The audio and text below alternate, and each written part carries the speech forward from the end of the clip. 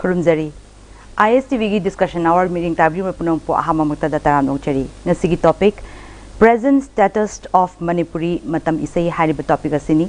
Mamangay da layramba chatnaramba Matam Eshei gi mawong amadi hausi oirakliba Matam Eshei gi mawong asi khenaribagi masigi phibam amadi Matam Eshei asi hena phajama mawongda puraknabagi damakta karamba mawongda satkadage karamba maikeda satkadabage haibagi matang asida discuss tawnana be damai ko studio de election biduna laibire Ameki former chairman Dr. Hamum Naba, Ameki consultant Dr. Makonmani Mongsaba Amadi, Ameki logistics Amadi senior member Obiriba Narendra Ningomba, Punamupa Hamamata Taram Cherry. Nasigi Equigi topic present status of Manipuri Matam Eshei Habesine Quinasi Kanagadoribasi Ozamiam the Puna. Seriously lecturing is a humble question da Equigi Ozana but the lecture. Howzik oiriba Manipuri Matam Eshei phibam siga aduga hana leiramiba Matam Eshei phibam siga sigi matang se swai sida kitang khenabagi matang se si matang de kai thambi tachingna howzik oiriba Manipuri Matam Eshei khongchet aiba tare aduga mamang ida khoi utakpi tamirba lai guru almalai guru mayam chatlamba Eshei khongchet matam du da oiramba phibam Howzi oriba phibam ani si yengagadi masi yamna ahongba phibam mamada leirabra haibadu khalle tachena mamangai matamda halaman singna toramba oja guru sungna toramba dudi ekhoi sei program ama chatpa kaisi yamna kano tongna chekshinna ahan maktada ekhoi gi lai shoni sei amana ga hongba adagi patriotic song amana ga tarakpa adagi Matam Eshei si matang win ka lakpa adu main torga ani sakminaba adai group sakminaba kaina toromi adu matam gi pire iba hojik leriba matam khunai sigi sakfu na haiba tare all iba sidi yam chaw na madu dagi di all hojikti Manipuri Matam Eshei gi saisak aduga saifam aduga saisak loising aduga saiban ba adugi mayek iba punamak singa sigi masaksi yamna honge hana lowata adu lawri ba pot asi adum hoji sakna riba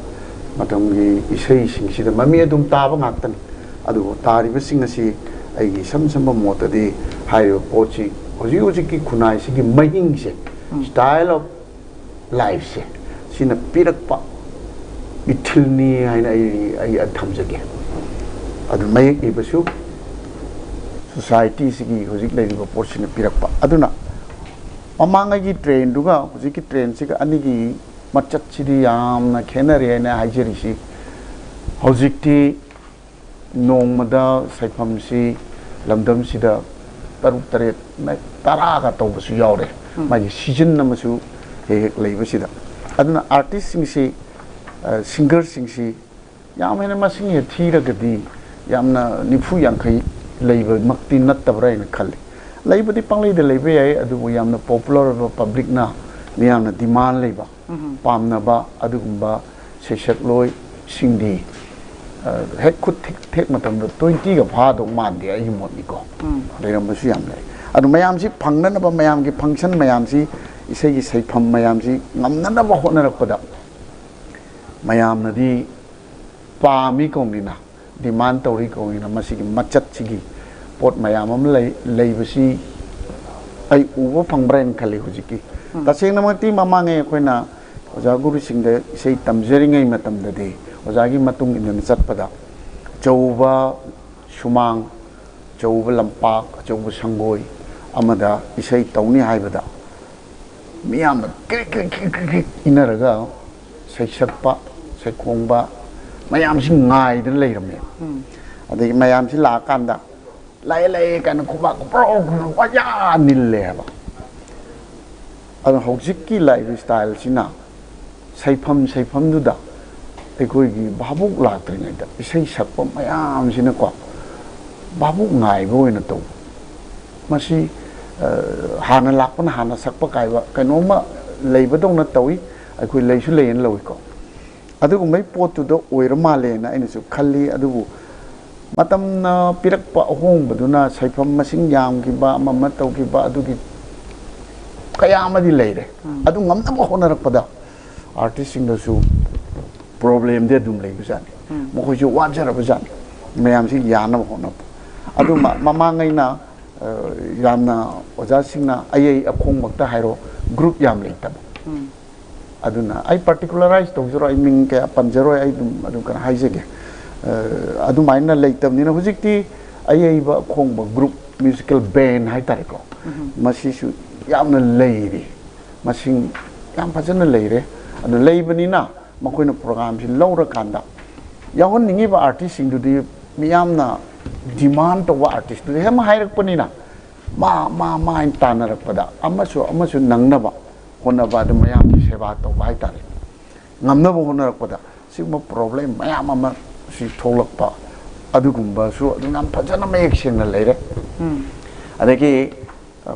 isai si loiraga pulap artist sing si matam du dadi ahalaman sing matung dadi pulap hanminnar pani gari ema de tonga adu ki train ma puang mangre maram di usi ahong ba mayam ni oji artist sing si mai ki vehicles ta kari da tongna dana dum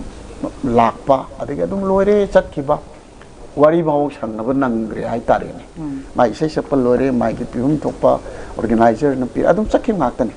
matam du dadi gari gumba gari ema da pulap lakpani na ai khoi asoi ba phajagi ba punamak si wa nok tana gari du da asing asai mana du mai salak paro asmadu soi ge tobani ne ai na madu maning digi ai na yamna nuai ba mutamada ai khoi masin se nok tana asoi ba su menkhat mina ba adai phajan na ba hona ba da su adum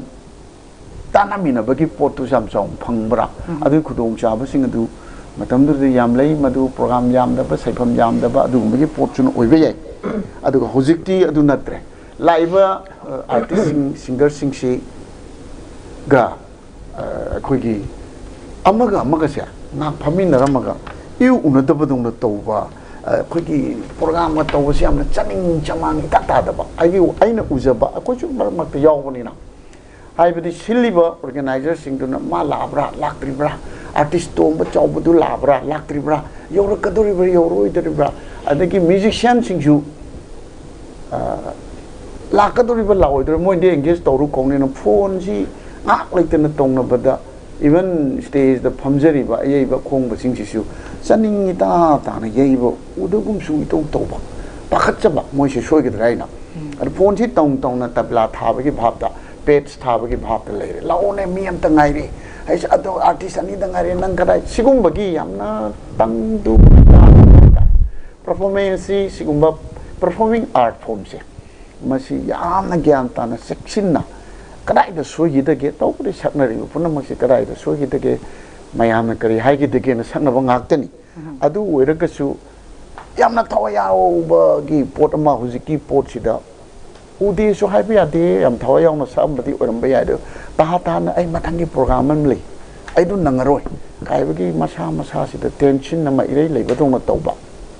hai bidi seriousness ama wa kara mai seriousness hai ka dra adu seriousness leite ne hai ru ga su ai koi seriousness leite na sei ne khumak ka do su man ba adu mai potu khara ita na ui adu ga yam na hujiki matam si da na khoi na chappada marmak ta su adum khu yaw bani na am kha ure ne si am nam si latest ai gi phamin na ri ba khoi na si lengbi rei ba naren amadi makhan nani ani makhu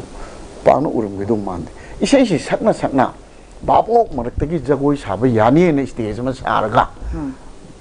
stage to chongkhala mai apam jagoi saba si kana tawgi stage sarga arrange to wi por hoji ure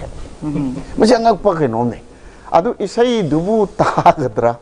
yeng bai si maksu lale mi sei si ta bai bani adu hojik lady badi stage gi decoration light ki phajaba adi compare gi hai simba mayam adi compare ojeri besing su makuk to makut hapa sometimes yawi lai me andu nai han sakya du manung da moi tong na badu ui adu ubani na compare si kana na hana hai dong no kai na khanbam khangak ta na makuk ngau ba anchor sing su leira bane siki situation sini adu hoji ki ahong ba sing si di matam gi influence ni na lo gane na khanjai piri besing ge pije ta cha da isai mek ibasu kolom tharam dai matam sina pire iba chana non chat lamben thong wangang sangang discipline thakchi kasi punamak singase kolom jin tharam dai da matam sigi pochi tabre na khali tarada su potu phaina chakki do orgadi ekoi gi mama na gi allamana sidul naviramba wai wata gi lyricist gi force masida gi khara thairabra haibasi ayamba mayam na scholar mayam na academician mayam na adum ekoi da hangni oja karino mayek si kaina su adum khumi adu tasirna adu da yam hena chattaba masagi principle ma ngakna ekoi gi leijeriba potching ngakna chattaba lyricist sing su leitawadi natte adu gumba senior oiba adu gumba yam leiri ingleiba ma tawri mayam sing si pot mayam sing si ekoi no jiki matamda ahungba haibadi mamangai da ekoi na salakpada ozai matung ilekol petromix amakakta thalaga sale mai se hojiti angakpani mai gi phajabasi phajare yare jeng ko nuaire adu na maram oiraga na phajaningdana mai khu kapsalakpa amachu yawdana ko madu akhudati sei senga daga yada ga sangde ha dana ko sometimes to boga su yawi adu phajana bo hona jabani mosh adu gi synchronize oiba amaga understanding iri leina daba adi ai posi caption ba matamda pire bi sei du ki theme mai ek ki demand presentation si lang matam si ko si ka pa yare ka si khangdi khangam gani adu mayam nungai na khajenam ni kaina pantau tok chalpada adum asui ba so dum yaw to na te sometimes music band sing sina yamal labani na ko salak pa matamda singer sing si kai scale da tan da music ki lakpa filler interlude mayam si chana rakta dana ko stage da bhabu ki he mamanga sinda pauta na pa su yawe masidi hujikti tv ki kari si live telecast ki pochi am chong na lebani na kana un namur ga kanu channel amar eta thagatna worldwide che eta globalization pulap eta cover to ya gi matam mama leirabani na adu mai pot ka du he ma thagat khradi akhoi masen gi marakta kanu ma leigadra kai basi akhoi da yamna wajab hai tare adu gum basi lei adu ahung ujiki matam ga thaina ga laman sing na torpa yam sang ka wari leire madu nai na da kanaro yam ta lam chang ma pot ni matam mi sei horopa adu ri tangka kaya kya da si yam sang ba topic ni adu punamak si subchalaga ai gi motadi ahong ma kaya leire ka su akhoi gi ojaba yelho gi chana kanglo lakjaba traditional values and identities masi ngak na kharamak matang chan chana haphaur ga chalhoba sina lasting oigadra na agi thamoi da thamjege aduga loina na leiriba pot mayam sing asi sai naw sing hore iba sing asi moi ingalak pa ngak tani ingalak pa isi do anoba pamjaba adagi sakning ba mayam amana lakpani social issue kya da su matam gi kanu sila angak pa phanga sappa artist singer sing kokthong am leri mayek si da su social issues si da on phajana awareness pi da na listener sing da pukning gi thuk thuk law han ba adu gumba saktam mayam am su koi lyrics sing gi marak ta leita ba natte lei asak pa sing gi marak ta su sing ma yam haina jana sakpa social issue mayam se expose to ba focus to ba adu gumba singer sing su yam na lei adu na mamanga gi seksaka ojiki saisaki style and the presentation adagi saifam khena bagi pot to di khar chong na adumak leire si thamjake yam nungai je oja oja ma khon mani degi amu tajan ni sigi matang ase koi gi matam mam da leirami ba phibam siga hojik oirali ba status siga sigi phibam se de oja gi mota di kari haina thambi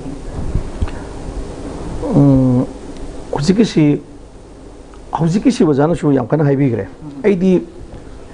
kano se categorize khara khaidong ninge haidi hojik sakna ri si akoina uri se huji present akoi performance te koina uri si media na sandokwa album gi machat ama film gi train ama aduga ojana sa haibi ri ba koi lekai da natraga stage da to performance gi machat ama performance to ri mawung si tongan le media da to gi do ai ang da thamjai ge hoji isai si matam ama ojana haibiri sina akoina su ujahobada light song hairaga sinaramba machat amakak leigre madu su yamna aldi pero ta khoin thengna deisi phamsak ki mawongda isam samna karimata yaudana tabla ga harmonium amaga sometimes guitar gumba amaga si yorga chatlama machat ama light song haibam lerame adodi sum develop tor aga jantra instruments in jara hapaga lakwi machat ama jung leigre development di dum leini civilization ni matungina hojik men all is adai matam de thoidokna hojik leiriba ahong hojik kan gi oiba ngamde ojang ji haibiri duni koigi singers yam limited oi sheshap mi su yei bu su yei na ba mi sini yam tangi sheshap su tangi matam da leiram sina train ama aduga aina khaidok sening si 1990s gi matung dagi se 2000 gi ali pero tagi sangchal ibo khongchi chini yam sathiri se swaida di ji ojana haibiri si matam ama sami be shei singsi koina khangjabada oja guru nairaga sakpa machat lairambadi hujikna isai ji ojadi nai hairgani moina khon pharaga sakpa chimpa pharaga sakpa chin namba isai ji tamdabagi machat nama yakhan thengnai masimi amadung khangbiri duni khon pharaga sakpa aduga saksu phajaraga thokpa machat ama thainagina ojana ina tamba saklomda yengdaba performance ki machat anihum uba aduna guru shishya gi tradition jidana yang kanna ali pero sen madugi potul lakpanina mangona thaksi khasi adagi sakaduri misigi magi practice adagi iriba dagi kari dagi mogi timwa ki phajabasi mamangi da leiba hojikna chiba pharga sakpa swaidani bera ama lakpra ina khalai sidani hoji matau tambagi wathok laiba adagi migi surda saisakta kari da atop atop dagi lai habi potsi masana compose tawdaba bhama sarga lakpasi khara leibra ina e adamaina thengje adumakna marum moiraga ngasi mai koina pangthui ba discussion si I main focus adom jahan jarake hojik si suma sine masing sum yam khalak badagi hojik si yamna chawpa ekoi sei sakpa maseni marakta su aduga ekoi gi kari haitare isai gi damta control tawna ba leiri organization sing marakta su ekoi gi yamna problem ji lai aduna ekoi masi gi discussion si yam maru ina ekoina pun sharuk yari bisa ina kanjabada masih karmain torga solve tawgadage karmain tora koi karmaina masih khangmina ji gai masat da lakni sine ai adumaina khanjai adu huji haibi ri bo wang du da thaini ki train ji koi tamninga yam legre madudi ai ojana jo haibi rabduni yamna masakna gi ahal lamandagi tamakpai koi oja hoi koi mangdaling sin birimni asi bawda oja isai lira bi isai ji hoji bawda evergreen oi hoji ki isai sina hojik sakpa isai se tabam dagi hangi bada koi isai maye kari haino khangde sur kari haino khangde ojawagi matam sakki be isai sina kuira ga nakong sa sur su lei mayek su lei sina kari no adoi ta kari makhara khena bam lei ref se koi lamja sangin biri ba koi gi ai babu har su sakpa bo har su lamja lak biri bi sing sina masi yam khan ba darkar wa nei loje adoi di biji akoina ngasi mak nei na ri si masi kari do bugi nei no sine ina laksani se hojik si media si am moru ere film gi dai soksar oge film gi sina another chapter amane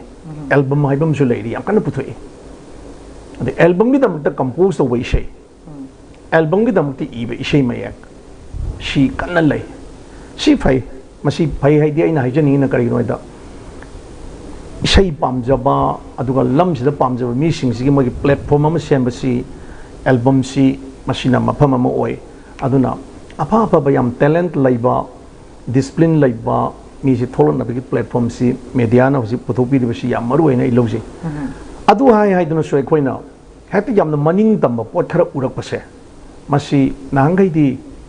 radio sina yam na hojilai ba visual gi saruk yaw posin nataba audio gi saruk katalai ramasi all india radio ni all india radio gi matamam gi tabini mi sei ekhoi yamna pam na ngai na khibi sei si masi tabini bi sei haibma radio di bong mangsile fm da sinjala kadoi ni aduna sei oina tari ngai matam dagi hujit mit na visual yaw usalak badadi ekhoi gi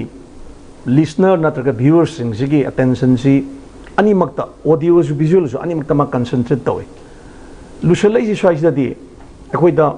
नाकोंना तारम मगी मथक्ता अखोइना मियेंगी पोट अमा हापसलक मतमदा येंगनिंगदबसु यावरकपा तानिंगदबदा नतन येंगनिंगदबसु यावसलकपा समटाइम्स येंगनिंगबगा लोइना तानिंगबगा लोइना येंगनिंगबसु लाको पोसु लैबदो मधु फिल्म खगद ओइरा मधु हुजि एल्बम अमा लाकपसिदि मसी मफम अमा लाकपा अदो असुक फजग्रबा मफमसे अखोइगी थवय यौजरिबा कलाकार सिंह हाइबताई आर्टिस्ट सिंह हाइबताई सिंगर सिंह हाइबताई मखोइना लाना सिनरगदि मसी अफबदा लाक्ते अदुना मरम ओइरगा हुजि मयाम याम तोइन हाइना हुजिकांगी इशै से फैमिली तामिना बियाद्रे मपा मसा खंगद्रे का हाइरि सिसुमदि थोलपने अदुनदि नावागी इशै जी खो ओजावना सक्रिबदु फुल रोमांटिक ने नुसिनिंगोंदा थाय कनाम तदा मपा मसा तामिना बियादि हेबी वा यौदे अदुम इशै अमगी पोत्र संगसलगे खोइ तामिनै ngasiगिना करी दोबगिनो अखोइना इमुंग मनुंग तामिना बियाद्रे हाइरि सि कदाइदा हाइरि इनो काइसि खोइ यामना क्रिटिकल एनालाइसिस समगा लोइना अखोइना संगसन बमसु सुमकपा तौदबसु यादबा मना हुजिकसि अखोइ एकाडेमिक कैनोरमदा हाइरगा हुजि यूनिवर्सिटी की थाकता तमखतलरे सि मफम लाई अदिगी मास मीडिया की मास कोंगी मास मीडिया की पोनमसु लाकपनिना मसी रोल ऑफ म्यूजिक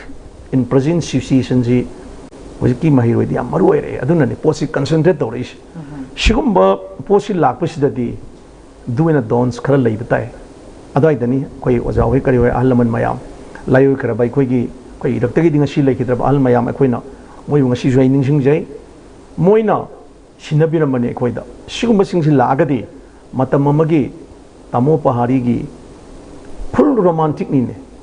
निंसिंगली मेरागी थाबल कायरिसे खोंबीदा लैमाइदा तक्खिबा कायबो वाहिसदा यावरबा थारैबा पोतसि अहनजो अंगांगसे पुन्ना तामिनबदा अखोइ साइथोकते वखंदे इरांग यावदे इशैगी पुतन लुक्खरगा मदुगी फजबदु अखोइना लैहिबा पोतु ngasiदी लाइन वाहिसि हायरपदा डायरेक्ट स्पीच तौरप मतमदा अदुगा सुरसिनसु अमुक खोइदा अखोइगी यामना करी हाइगदुइनो पेथोस ओइगदबा थमोइदा पेनगदबदु यावदबा इरोटिक लोमदा हेना संगलगा अखोइदा ngसागी एस मसिमदि काइन हाइबा लाइसि कैदुबदि लाइनो हाइबसिन अदुनदि हौजि अखोइ हौजि हंबिदि वांदोइ टेंशन जगे होरेन मथंगी round sum लाप नुवाइनाबा हौजिकसि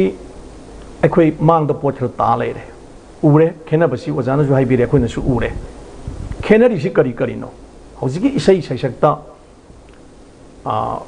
असागी ओजाना तंबिखरिबा कोइचत चलगा सकपा mobile touring हाइगद्रा कौरगा सकपा the इसै सकपसु ओजाना हाइबिसदा इना अमक थेचनजा निंगहलि थेचनजा निंगी करिनो हेदा परफॉर्मेंस से ओजानु जि हाइबिखरिदो हौजे अखोइ लाइटिंग इक्विपमेंट्स याम सिने अखोइ दी खरा सोमगी लमसे खरा संहनजरकपनिना लाइटिंग की सिनरिबा इक्विपमेंट सिंगसि कलर मीनिंग ले हेक्टा यावरि पोसि लोइनो पुथोगा हेक्टा तकतन सिनबसि मसि इशैजि मतम अमगी मयाम ताबिरमगनि मयाम खंबिरमगनि ओजा होइन तोबिरिबा चही खुदिंगी सही होरपदो ओजा को बाय बाय दा अदिगी न्यू ईयर दा मतम दु याम तांगना थोक्रिबा इशै सिंगसिदा अखोइना लाइटिंग चप मतमदा सकदुबि इशैसि अखोइ हाना खंगजरगा सकदुबि इशैदु खंगबद नते ताल भो करी ताल नो हायरगा मदुगी रिदम दुदा लाइट सि काकदोनि मदुगी रिदम दुदा कलर तसि तवदुरिनि काइसे खोइदि तमुर तन थियाम ने खोइदि याम फसन ता क्लास तोरगा दुमायन परफॉर्मेंस तोरगा लाइटिंग तोरे हेक्ता पुसंदे इशैदु सकदुबि इशै क्यू पोरो खोइ सटकदोनि ओजाय मनाक्ता इशै सिंदु करी करी ताल नो रिहर्सल यावरबरा करमैन कमेशा अदुदि अदुइ मतम सो कलाकार करी ड्रेस सेली करी यूनिफॉर्म मा सेली करम मा मक्की सेमी अदुइ मतुना लाइट नंग हाकदबा स्ट्रोब लाइट खंगदे ब्लिंकर खंगदे व्हाटएवर अदु नंग अप्लाई तौगदमनि काइस फाजा खंगगा चलगा तौरु पोदु ngasiजना हेक्ता कंप्यूटराइज तो पोट मयामसिदा पाक्लाक तलाक तंदिगे सो acoustic सिजु टू मच दो की मतिक ह्यूज वॉल्यूम से हप्सल लगा लाक मतमददि अदुन डिस्टेंस का तारिबा लिसनर सिंगा की कनोदा अदु नोइज लाकपा स्वाइदने खोइ ओजा होइना ngasa हेबिरिदो लाइटिंग का स्मोक मशीन थाजलपदा सिंखतिबा सोर दे स्मोक मशीन चांगो तंद इसै हाइ गाइन ओजा हाइरिसे हजिकांगी दि अदु दि ओजा सि मथंग दि ओजा अदु मदुदि हाइना दि ओजा याहलनु का हाइदौरियबा अदु ओजा होइ इसै दि फोरिबर वइरियबा सिनि अदुना technical change lie madu pam mi la isin bi makhalai masi matang train we accept it ko yai masi ko ya gadam ni civilization por po ni ko yai to budabu maram sana shin na gadabani equipment su train torga shin na gadabani lighting sound macha khudik makse ko train torga control am gi makha de ko lei gadam ni kai di achoba amal chang e adun hojik ai horen second round da ma chance le ga di haijage shuma gi ahung mas di yam lai re mase ko welcome di tawi to budabu mase ko khangmin na ba ma changi control to ba ma changi haibadu ne ba ado shai bogi ai sibaw dang thamjai gi ma ka dong sa thabiro yam no ai je ozana rendegi hoji laksani gi ba question ase hoji ozama khonna ju thambigre hai ba matamamgi mamang da lerami ba yamna highly romantic oi ba isei lyrics lady ba singsi matam du da sakpa matam da family puna tamina ba matam howji su forever evergreen win leiraga matam du gi isei du howji su yam nungai na pam na tanai adu bu howji lady ba lyrics howji lady ba matam isei sira saktor pa matam da di koi for example chak sarage hairu chak sarage haibagi mawang da lyrics ei direct lakpa sigum mawang sina oida kadori ba ai koi gi hojiki matam isei gi mayon na se karam mawang da lakani hena khambi ba ke kari tapi yam phasaba question ne si lakthi mamang da topic to da ai line tang thamjaram ge present status of Manipuri matam isei cry lady si akoi nainabi ya wafam Manipuri matam isai hauji yam mangkale yam phayena lowe idi yam sathina phai hanagi leirami ba matam amagi isai singsu yamna phai hauji gi isai singsu yamna phai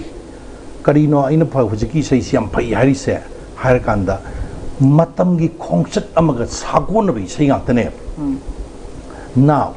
question di thori ba question di hauji gi matam gi yamna fast oiba akogi chawgraba male masi yamna pikpa khungkang amu oina uralaba matam asida matam gi thoraiba se hojik remote control ma pairaga arapa mafam amagi kari thoige je hojik loinu urwa phangaba matam sidaida aikoi hanagi mong du da hanjalaga leidong nati hongodoni civilization na bese masidi stagnant oina sulei leiroi sidi ohung munai gadabane the hong dana leidoribdi aikoi culture gi masagasine culture hongi habit suya yaro culture di magi mangsale haibadi yagane wa adu culture hongi habit di yaro culture di sagona gadone aikoi khunai ma haibase mioi furup ama mioi kanglup ama maduna punna khunda leita minariba adu khunai adubu hena mang chawkhot naba aikona kari haire develop haiba pot asi lakna na hona ba matam sidaida magi param mam legene param se kari na pungani madugi apun madu kari na sagatkani madugi nungsi badu humanity du kari na lakada ke haita di culture ju oidori ne culture sidi akuna thadok pa yaro aduna karamai torke har kanda haujiki loiriba Manipuri matam isai khongset asidaida apaba musician mayam ma thore yamna sophisticated akoi music instrument mayam ma thore tabada nungai ba puning huwa nungsidaba aikoina mamangida yamna likna tajaramba tabada phangamdaba phajaba mayam ma music mayam thore thurebe music mayam singsi aikoigi lamdam masigi artist singasini yamna phajana sijinara kanda masi afaba isagi mathwai hapa ine tobudabu khenani di aikoigi khunai ase thakha naiba thakha yamna naiba mimang pumang yamna naiba adumba khunai amada akoi chawrokpane aikoigi ipa ipu singna mase aikoida tambirama baneba aikoigi li ida luda tonga handan thanama baneba aikoi masi kawu yade asi kawu isi karigino aikoi isaida masi yauribra natraga yaudra masi mangrabra natraga masi gisi yoktana thamibra haibu wapam masi ne thoreise adra hujiki laiba hujiki question du da aina lekshala kanda aikoi gi lariba isaigi thak asi masi akoina ahlaman singna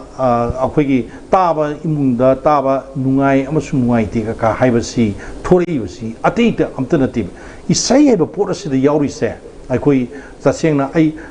khajidang muk thaidok sarkanda akoigi art amadi culture hai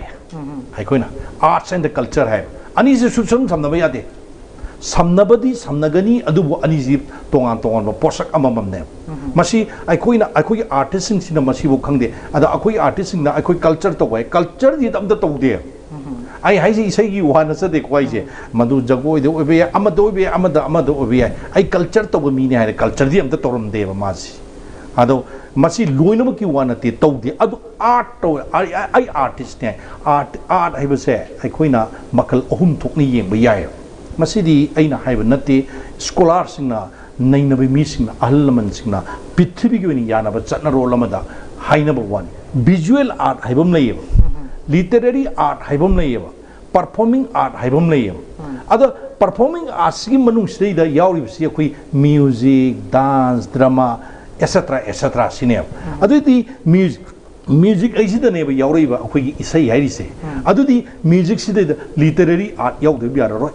maramdi mayek ai ba pot am yaw ni isai si makanau phagraba nupa mana mayek swa yaw dina la la la la namba pangang dang ga isai du gi mahau ba subang bangwa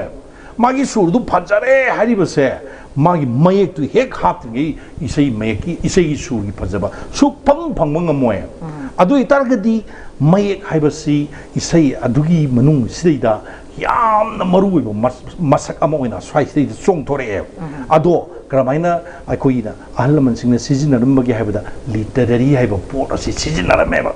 literary pot to ne magi performing keno dune art to ne punchla kanda madugi visual amakak ai thamoi da ai wakal da man phawhal e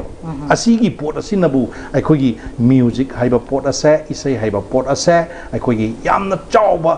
yamna maruiba khwaidagi kan maruiba amane na hainari ne adu ꯑꯩꯈꯣꯏꯒꯤ ꯏꯁꯩꯒꯤ ꯃꯌꯦꯛꯁꯤꯡꯁꯤ ꯍꯥꯏꯅꯤꯡꯕꯅ ꯍꯦꯜꯂꯛꯄ ꯑꯩꯈꯣꯏꯒꯤ ꯅꯍꯥꯁꯤꯡꯁꯤꯗ ꯆꯥꯎꯈꯠꯂꯛꯄꯒꯤ ꯃꯇꯨꯡ ꯏꯟꯅ ꯍꯥꯏꯒꯗꯧꯔꯤꯕ꯭ꯔꯥ ꯒ꯭ꯂꯣꯕꯦꯜꯒꯤ ꯍꯣꯡꯉꯛꯏꯕ changes ꯃꯌꯥꯝꯁꯤꯅ ꯃꯣꯏꯁꯤ ꯂꯣꯏꯅꯃꯛ ꯍꯨꯝꯃꯒ ꯄꯨꯕꯅ ꯍꯥꯏꯒꯗ꯭ꯔꯥ ꯊꯛ ꯈꯥ ꯅꯥꯏꯕ ꯈꯨꯟꯅꯥꯏ ꯑꯃꯗ ꯆꯥꯎꯔꯛꯄꯅꯦ ꯍꯥꯏꯕꯁꯤ ꯀꯥꯎꯊꯣꯛꯈꯤꯕꯅꯔ ꯀꯔꯤꯅꯣ ꯃꯤꯃꯥꯡ ꯄꯨꯃꯥꯡ ꯅꯥꯏꯔꯛꯇꯕ ꯋꯥꯍꯩ ꯋꯥꯇꯥ ꯁꯤꯖꯤꯟꯅꯔꯛꯄꯁꯦ ꯁꯤꯅꯦꯕ ꯑꯍꯜ ꯂꯃꯟꯁꯤꯡꯅ ꯈꯤꯇꯪ ꯅꯨꯡꯉꯥꯏꯇꯕ ꯐꯥꯎꯔꯤꯁꯦ ꯑꯗꯣ ꯀꯔꯤꯒꯤꯅꯣ ꯂꯤꯇꯔꯦꯔꯤ ꯍꯥꯏꯕꯤꯌꯣ hauji asai akoi makona hauji haibi gi dune Bijendra Kumar Sharma lekidraba ahli bungos ne iramba lekidraba Manipuri Matam isegi melody king haina hairiba nongmai them pahari na sakiba akoigi ningsingli meragi thabal da sa maduda thari na thari ba mayam sing asi highly romantic aktane pajaga ba pur aktani asi akoina yamna nungsina phajana napada haiba nain anina gana hairiba adudagi se khongbi na leimai da taktuna hairiba adagi pg na maithong khumduna hairiba asigi phajaba magi top masak amamam isagi word asina isai dugi mathwai hi pirine asigi pot asa angasigi matamgi isai singda mangjalak podona tawpa masi yam singna hargadi aikoigi kunai ase ahong makayagi maraksta aikoi yawba tarabasu aikoigi culture gi masak ase aikoigi ipa ipuna thanamba chatna diglam kanglam ase masigi parmasi akoi nanthohandana loina raga puraga chatlagadi kanamta kai hairoi phajaba music drum dinja janu khongingba music khongja janu lakingba su laksanu athorpa amengba nungsiba pot abase aikoigi literature da loi yawe matang sida ina wafam amdang pusaningeba aikoigi isai mayek iribasingse isai iribase masi malem sida world sida kwaidagi chawba literature gi award piriba Nobel Prize phangibase Bob Dylan kawe 2016 da mazi Nobel Prize for Literature gi phangine a kwaidagi chawraba malem sidagi hena chawbo award leiti hainari ne ko adu literature da phangine isai mek tani ko mana Bob Dylan habse music composer ni lyricist ni as well as singer amane ba mase magi isai mek to ayeng tang thamjage say mana how many roads must a man walk down before you call him a man?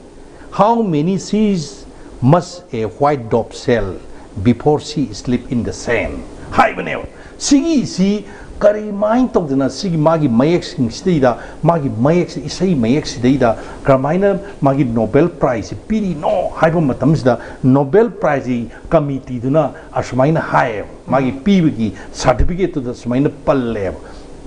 magi isai asina American gi poetry da koi ka ya kari haiga dage a new creative akogi expression nama ma akogi America gi poetic expression nama new creative kanoma expression nama phongdu I hayeba aduda maji piri me Bob Dylan di thajade Bob Dylan ji nang Nobel Prize phange haibi pau taba matamja mana hayeba aidi madu phangamoi adu ai mayek tu kari yaudna kamai phangdino hayeba yes madugi ko sinna mana haigibo ko wahang se mana phawi full to gibo se matam madugi 2016 gi malem gi literature gi mi mayam amana critics mayam singna haiba isei mayek ama haiba se iriba miduna khangdong na te madi ta isei du tariba mayek tu pariba punamak ki pungda anauba new kenoma khak phawhal liba pungda phawhal liba do madugi matam du daida madugi isai dugi mamal du lep kadong haeba adu targadi Bob Dylan na Nobel Prize phangaba malem gi khwaidi sauba mana phangaba matam masida aikhogi Manipur dana karamai tawre ahallaman taba yada isai ire isai sai haireba sidi yam seng haragadi swashida ne aina ngasagi topic ta pusalido present status of Manipuri isai haibisi krai de lege je sida pakum madum thoksareba aina haida judum yare khale sini aina thamningi se adu targadi hojik amik aidana amalai amik abasi masi khwaidagi sauba apex body amani si akoi we have to respect amik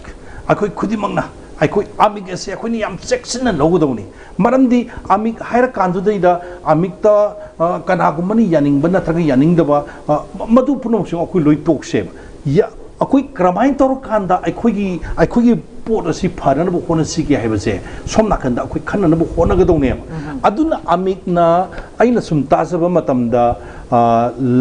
August ki tarik 8 ne 10 ne 13 ne sidida akogi seminar ma tawnen tai seminar ma tawnen tai masigi seminar si kaidoboina numit humni satha dawri se haiba wafam ji thorpa matamda amik na pamjari wakhalon khara sai sai da matsa mathanda song thorkane na khali maramdi aikogi huziki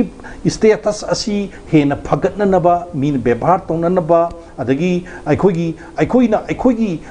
saktam ase aikogi integrity ase aikogi tradition ase masi kaidana pudana ba hojik aikogi machoi tai haina wakhal khanariba akogi apun basahi lising ani hena leiramaba adugumlaba aikogi Manipuri saktam ase masi kanmanaba honaba matamda isai habse khwaidi maru oiba pot ama oirakaneba maramdi angti yengbi ko isai ba art abse khwaidagi chawba art makhalmaneba adu akoina isai sakpa haitabi minasu isai adum nganganeba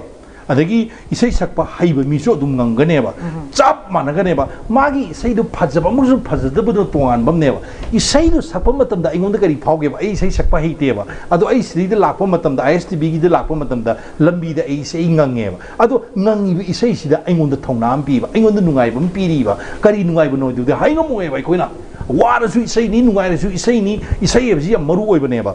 adugi mathakta masi khangadana akogi tongan ba company singna aduga matam gi oina pugriba malem gi oina leiriba country mayam sing sigi administrator mayam sing asina isai se khulai amoina sejeneba miyobegi wakal miyobegi thona handariba thona mayam sing madu manghiba mayam sing do amuk kehena hanjanna bagi damak adu anubu wakalo na mapuhona bagi damak isai habse khulai wena sejenari neba aduina yamna maru oigraba porase koina tayang lobo yaroi maramaduna oiba taye amikna numit humni supna August ki 8 da seminar ama puthoaga madugi resolution nama laurakanduda madugi yamna afava tunglam chat ama afar mai kay mai yengna bagi thoranga local AFC masina ogene khali aduga amiki amik palingi da yam taga panja hoge amiksi yam pai na khali Madam Dikrino Hakanda, Amit na Handak Toriba Tabak Singsi, Masi Yam the Sintani Oiba, Adugum Tabak Torum Kayama, Ipakali and Lowy. A quickie Yam the Nungaiba, Hogi was Sahi, the Wiram Wadrain, was I subsiding Kongum the say in Amato, how we say Matam the Waitare. Masi the Imoda Yam the fog was in Nungai, Sikarino Hakanda, he sings Yam Angapon Saw. Numit Hunira, Marida, Manipur, the Nung Shugiva. Must the Manipur, Tampaklam, Tankayama, Tau,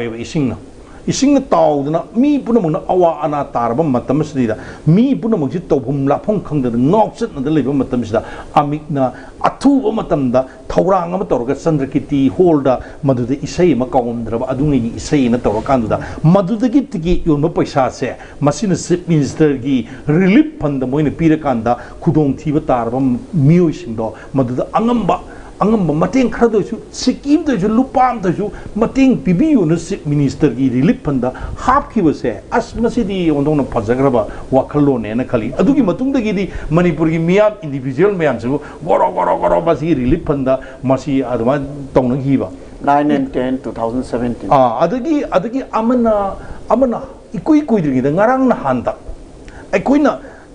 Aikoina igi kongul liba haidana mui kongsit ama satkiba akoi kanoda pauksi singda ai thengnai ba ko akoi Bangladesh or male moi chaliba kongsit os phajare makoi wakalon si ai phajai masi tawpham thoina kali ada ai asai matang si yorop matam dadi aikogi artist nga se aikogi singer singa se aikogi ameki thopuribo mayam singa se laibak asigi miyam punamak singa si Tasin Komjin ba aduga soina laikraba mi mayam singa sigi ano wakalon thongna madugi minungsi du samnana bagi khongchatta madugi thabakta su on thongna kanna mai onsilie se aingon fil da web asida nate tonga ma thorum kaya ma leigre aduna aina isam samjalakpada aina thamjaning ba se isai heba siamna maru oi punsi de isai heba siamna maru oi aduna maram orakanda isai si akuina tarai na togumsi Music compose to biri ba kangbu singasu ibiri ba kangbu singasu magi responsibility singasi khangna aikoina afaba aikoina togduri se ategi aini sei se karigino aini isai iri si karigino kana gi damukta ibino karigi damukta ibino haibase ai isada wahang oina hangadong adugi matamadu da pakum thorkani aina agi khunai gi damuktani aina agi miyam gi damuktani aina agi tungi punsirol gi damuktani aina agi tungi khunai apoba maikei amagi damukta aina ngasi thabak torong madong neba artist ama oiba tarabadi madu wakalon do sengadabani aduga paisa phangba musum phangdaba haibadudi madudi inarakadaba pot neba ai paisa phangna nabi sei tokjari ni hairagadi laladrado aduna masigi wakalon sidagi khar khasidang changchalaga amik na handaka chawreiba mamang daga toriba matam gi oina yam akhanna na moina yam na masak thokpa sing sang thokpa thabak kharaga paikhalei bese masigi khudum in ba haibasi ai masi chumme aina khalle ai asai butang thamjage yam nungai je oza ma khondegi laksege hoziki hariba changes mayam ma matam isei hoziki oiragi ba phibam masida leiribasida ameki site gi kari haina masi check to biraga kamaina phajaba mongda lakani haina khandibagi ameki di koi oja lengsin biri oja anagi president ne su thopu bi bine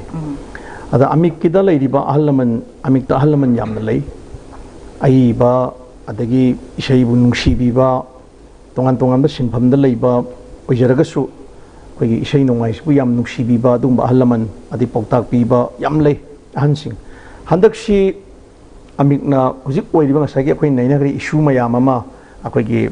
sakshakta mayekta adagi stage gi kari hongai mayam sing asi masi kistang ababa mawong da lakpa yana ba aduga development lom da kitang lakpa yana ba idan handak si achoba mifam si tangka khar da phamgraga akhoi adoiraga di loina punchal laga hujik si tampak ta saiba akhoi gi maitai haiba tare singakta nataba singi lamda su saiba isai sakpa singi silinau sing adagi manipuri koigi muslim silinau sing isai sakta leiriba adagi manipur gi nat sankritan da leiriba mayam sigi apun mafam ama tungi horiba mayam sing sina khangmina ba yana ba sibogi alamana sibongi tawre sibongi da koina tawbi ai ji khangba nuaina ba haidana seminar ma pangtho ase tan yam state level gi thak tane masi aina khangjabada koigi ꯍꯧꯖꯤꯛ ꯐꯥꯎꯒꯤ ꯑꯣꯏꯅꯗꯤ ꯃꯅꯤꯄꯨꯔꯗ ꯇꯧꯔꯤꯕ seminar ꯃꯌꯥꯝꯁꯤꯗꯤ ꯈ꯭ꯋꯥꯏꯗꯒꯤ ꯆꯥꯎꯕ ꯑꯃ ꯑꯣꯏꯒꯗ꯭ꯔꯥ ꯍꯥꯏꯅ ꯈꯜꯂꯤ ꯈ꯭ꯋꯥꯏꯗꯒꯤ ꯆꯥꯎꯕ ꯁꯦꯃꯤꯅꯥꯔ ꯑꯩꯅ ꯍꯥꯏꯖꯕꯒꯤ ꯃꯔꯝꯗꯤ ꯄꯦꯄꯔ ꯔꯤꯗꯔꯁꯦ ꯑꯗꯨꯛꯀꯤ ꯃꯇꯤꯛ ꯌꯥꯝꯃꯦ ꯑꯗꯣ ꯃꯁꯤ ꯏꯔꯛꯅꯕ ꯍꯣꯠꯅꯕꯗ ꯇꯣꯉꯥꯟ ꯇꯣꯉꯥꯟꯕ ꯁꯩꯁꯛꯄ ꯉꯥꯛꯇ ꯅꯠꯇꯦ ꯑꯩꯈꯣꯏꯒꯤ ꯃ꯭ꯌꯨꯖꯤꯛ ꯕꯦꯟ ꯇꯧꯕ ꯀꯥꯡꯕꯨ ꯃꯔꯛꯇꯒꯤ ꯆꯤꯡꯒꯤ ꯏꯆꯤꯜ ꯏꯅꯥꯎꯁꯤꯡꯒꯤ ꯃꯔꯛꯇꯒꯤ ꯑꯗꯨꯒ ꯑꯩꯈꯣꯏꯒꯤ ꯃꯨꯁꯂꯤꯝ ꯏꯆꯤꯜ ꯏꯅꯥꯎꯁꯤꯡꯒꯤ ꯃꯔꯛꯇꯁꯨ ꯃꯊꯦꯜꯁꯤ ꯁꯨꯅꯕꯁꯤ आइटेम 15मुक्ता टच तौरगा माई मागी कनोसे पुंजलगा इरकनबसी अदुमायना तौबीदना अखोय खुत्ता हुजी पेपर रीडर अयाम्बा चौरांगना 30 मुक्सी पेपर रीडर सी अखोय खुत्ता लेरे पेपर रीडर 30 मुक्ना पारक पाइसी यामद्रबदा नोंबदा पेपर रीडर अनि अहुमना पार बावदा दुमी हुमनी मरिनी दि सोइन चंगनी अदु मसे अखोय स्क्रीनिंग सु मुक तौरी करिना लाइव पेपर रीड लांखपी पेपर सिंगसे मसी खरा अखोयगी मया ममांग पुथोप यारबरा अदुगा अखोयना तुंग कोइना मसी थम्मगा टेक्स अमा ओइना सुफोंग दौरी हंदकिसी अचौबा अखोयगी डिस्कवरी अमने सु लौबि याय वेंचर अमने लौबुसु याय याम चौबमदि ओइदोरी अदुना मसी करिगुम लेहौरगदि असाय अखोय ओजाना सु हाइबिरिबा अखोय नरेना सु हाइबिरिबा प्रॉब्लम मयाम सी खरदि अखोय खमिनबा ngамani हाइबसे यदमाइन उजै याम नुवाइजे ओजा मतम से लेसिलक्तमिना अखोयगी ओजा अमोनबदगी हाइरिबा सी फिबम बसी सी यौना फगलनबगी दमकता हौजी ओजा मखोमनसु हाइबिरे सेमिनार अमा पांथोकदना स्माइना स्टेट लेवल की पांथोकनी हाइदना हौरकलिबा तुंगी अखोयगी सैसक्पा लिरिक्स लेरिबा इसैगी फॉर्म दा हौजी की हाइरिबा परफॉर्मिंग आर्ट की फॉर्म फील्ड सिदा लेबिरिबा सिंसे करी हाइना मेसेज थंबिनि तसेंगनमती हुजी इबुंगो माखनमनिनसु अखोय नरेनसु याम फजना हाइग्रा अनि मंगना अदु पुनमक्से आई लोइना अदुम खांगी अखोय मयाम तामिनरगा तौनरिबा ngakतनी हुजी तौगदोरिबा सेमिनार पेपर से मसी गी पारो मतुंगदा डिसीजन नम सोयदना लाकनी मसी लौरकपो मतमदा अखोय लेरिबा तुंगी हौगलइबा हुजी हुजी यामना मरु ओरिबा सेसक लोइसिंग अदगी अइबसिंग मयाम पुनमक्सी यावनिंगे यावननबसु अइ मेसेज थमजगे अदु पुनमक्सी खनर मतुंग लेपि वारेपसे मसीदा अइना अरोइबदा हाइजनिंगबदी तारब मतुंगदा मतम इसैदगी ओइबा पॉलिसी अमा मचने ना इ लौजै मसी दिस इज माय प्रपोजल को अदु आइगी थमोइनी आई मयाम हायेंगसु दु मयाम हाइनी पॉलिसी अमदा सेमक पतारगदे असेमक पाइसी अखंगै मयाम मल्लम लाई ग्रुप मयाम तानरगा पॉलिसी में इसै मतम इसैगी ओइबा पोट अमा लागदी मदुगी पॉलिसी दुना मयाम असी लाक्सिंदना फजब मौंगलमदा अखोयगी लेजरिबा ट्रेडिशनल वैल्यूज एंड आइडेंटिटीज नाइजा हाइजबदो अखोयन ओलकपा मयाम ओलकपा ग्लोबलाइजेशन की ओलकपा पुन ओनजिनु ओलकपा मतमदा अइसी अइ इसाना अइसी सिनी हाइबा इसा सक खंगजबा अदु अखोयगी चतना कांगलोन चतनरकपा खुनाई मगी लिचत नलिंगक मतमदगी लापो पोचिंगसे थादोक्तना मतम इसैगी सेमा इबसिंगसिदा कंपोजर सिंगनसु हाप तना चानाबा मौंगदा थम्मकांदा मयेक इबसिंगनसु इबिरे मयेकदु फजन इरकांदा पोरकपा मसक अमा ओयनिंगबगी वाखलोन अमा पुनमक्ता थमजनिंगी अदुगा लोइनना अखोयगी नसाय अखोयगी इबुंग नरेना अखोयगी माखनना हाइजिबा पुनमक्तु नोइना नैना बाइसे हुजिक आमिकना